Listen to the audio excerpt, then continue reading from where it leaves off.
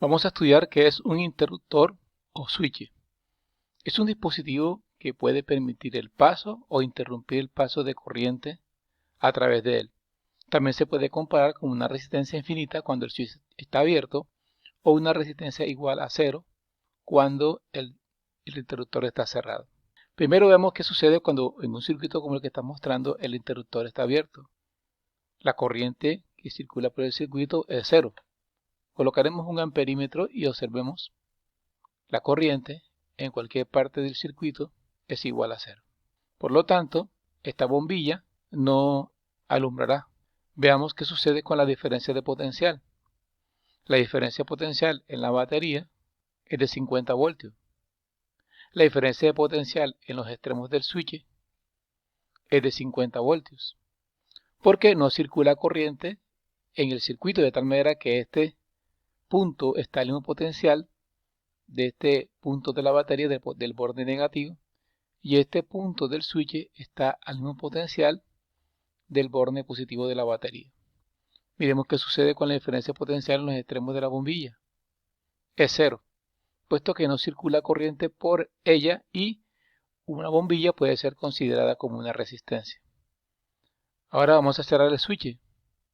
Al cerrar el switch, comienza a circular una corriente en sentido convencional del borde positivo de la batería a través del resistor en la bombilla, a través del switch y retorna, y la FEN en la batería es capaz de mantener una corriente o un flujo constante de cargas a través del circuito. Observemos ahora nuevamente las mediciones de la corriente. La corriente en este circuito es 5 amperios, dado que la diferencia potencial que entrega la batería ideal es de 50 voltios y la resistencia del bombillo es de 10 ohmios.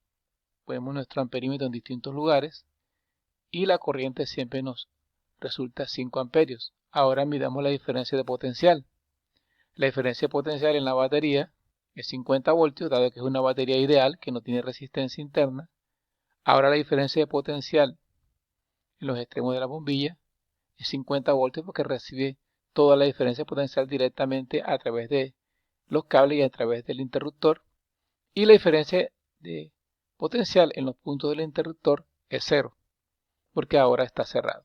Esa es la función de un switch cuando está en serie con la carga, permitir el paso de corriente para que la carga pueda funcionar.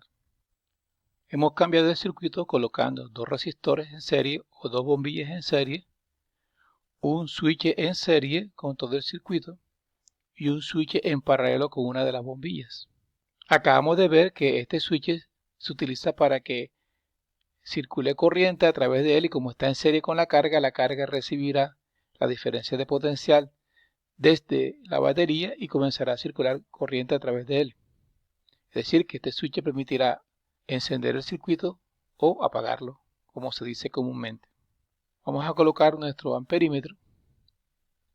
Observemos cuánto es la corriente en el circuito de 2.5 amperios, 2.5 amperios, 2.5 amperios porque ahora tenemos dos resistores de 10 ohmios en serie. Nos daría una resistencia total de 20 ohmios. Y como la diferencia potencial entrega de 50, al dividir estos 50 entre los 20 ohmios nos da 2.5 amperios.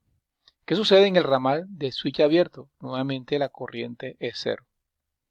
Veamos qué sucede con la diferencia de potencial. La diferencia de potencial en la batería ideal es de 50 voltios. La diferencia de potencial en los extremos de este bombillo es 25, la mitad porque las resistencias son iguales, y la diferencia de potencial en esta bombilla es también de 25 voltios. ¿Qué sucede en los extremos del switch?